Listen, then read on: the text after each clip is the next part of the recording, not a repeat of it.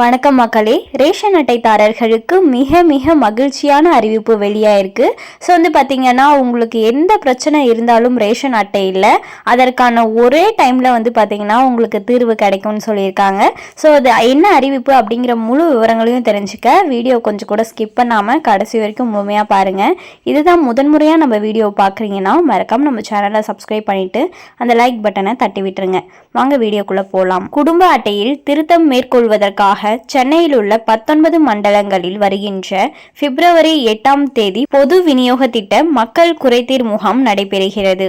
பொது விநியோக திட்டத்தின் பயன்களை குடிமக்கள் எளிதில் பெறும் வகையில் தமிழ்நாடு முழுவதும் ஒவ்வொரு வட்டத்திலும் மக்கள் குறைதீர் முகாம் ஒவ்வொரு மாதமும் நடத்தப்படும் என அரசு அறிவித்துள்ளது. அதன்படி பிப்ரவரி 2025 மாதத்திற்கான மாதாந்திர பொது விநியோக திட்ட மக்கள் குறைதீர் முகாம் சென்னையில் உள்ள உணவுப் பொருள் வழங்கல் துறை மற்றும் நுகர்வோர் பாதுகாப்பு துறையின் 19 மண்டல உதவி ஆணையர் அலுவலகங்களில் 8/2/2025 அன்று காலை 10 மணி முதல் பிற்பகல் 1 மணி வரை நடைபெற உள்ளது.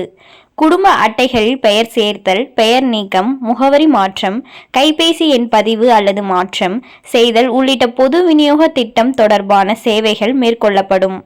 மேலும் நியாய விலை கடைகளில் பொருள் பெற நேரில் வருகை தர இயலாத மூத்த குடிமக்கள் உள்ளிட்டோருக்கு அங்கீகார சான்று வழங்கப்படும். மேலும் பொது விநியோக கடைகளின் செயல்பாடுகள், தனியார் சந்தையில் விற்கப்படும் பொருட்கள் அல்லது சேவைகளில் குறைபாடுகள் குறித்த புகார்கள் ஏதேனும் இருப்பின் அவற்றை பொதுமக்கள் இம்முகாமில் தெரிவித்தால் குறைகளை விரைந்து தீர்வு செய்ய உரிய நடவடிக்கை மேற்கொள்ளப்படும் என்று தெரிவிக்கப்பட்டுள்ளது. தமிழக ரேஷன் கடைகளில் ரேஷன் கார்டு தாரர்களுக்கு இலவசமாகவும் மலிவு விலையிலும் அரிசி, கோதுமை உள்ளிட்ட பொருட்கள் விநியோகிக்கப்பட்டு வருகின்றன. அது மட்டுமின்றி அத்தியாவசிய பொருட்களான பருப்பு, சர்க்கரை, எண்ணெய் போன்ற பொருட்களும் மலிவு விலையில் வழங்கப்படுகின்றன. மேலும் ரேஷன் அட்டைகள் மூலம் பல நிவாரண தொகைகளும் கிடைக்கின்றன. ஸோ ரேஷன் அட்டையில பார்த்தீங்கன்னா இவ்வளோ பொருட்கள் வழங்கப்பட்டுட்டு வந்துட்டு இருக்கு. அந்த வகையில் உங்களுக்கு பொருட்கள்ல ஏதாச்சும் குறைகள், அது மட்டும் இல்லாமல் ரேஷன் கடை ஊழியர்கள் உங்ககிட்ட ப்ராப்பராக ரெஸ்பான்ஸ் இல்லை அப்படிங்கிற பட்சத்தில் இந்த முகாமில் அதை புகார் அளிக்கவும் உங்களால் முடியும்.